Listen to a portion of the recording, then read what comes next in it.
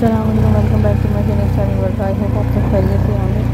जब हम घर से बाहर निकले तो तब मौसम बहुत अच्छा था, हल्की सी हवा चल रही थी, लेकिन मुझे नहीं पता था कि इतनी तेज़ बारिश हो जाएगी।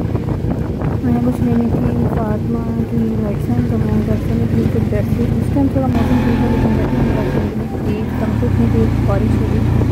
बारिश अच्छी तो लगी थी, लेकिन जो बेचारे सैलाब गुजरान उनको देख के वो इलाकों में बारिश में आ गई, तो दुआ ये करे कि जितनी देर हो गई अल्लाह ताला जल्द से जल्द बारिश को ख़त्म करे और अल्लाह ताला इस मुल्क पर अपना रहम करम करे और जहाँ भी ये बारिश बरसे रहमत की बरसे आमीन। बारिश की तेज़ होने की वजह से शायद आपको मेरी आवाज़ सही तरह से ना आए, लेकिन आप अपनी क्वालिटी को एंजॉय करें। प्लीज़ मेरे चैनल को भी सब्सक्राइब करना मत भूलिएगा। दुआ में मुझे याद रखिएगा, अपना बहुत सारा ख्याल रखिएगा और एंजॉय कीजिएगा। अल्लाह हाफिज़।